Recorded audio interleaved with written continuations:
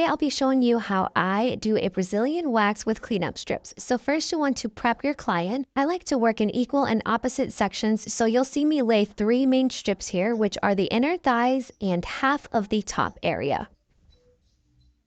And as you can see, I will be pulling those strips in the order that I have applied them. And the next main strip I'll be laying is the other half of the top area and a main labia strip. While I have 2 main strips going, I will also start my cleanup strips. So I am going on the opposite direction for one of the inner thighs, and then I'm going in with a main labia strip. For all cleanup strips, I like to go in the opposite direction of hair growth. For the top area, I like to go all the way from one end to the other. I am not splitting it in half for the cleanup strips. Once I have completed all of my cleanup strips, I will go in with tweezers if needed and finish the service with post oil.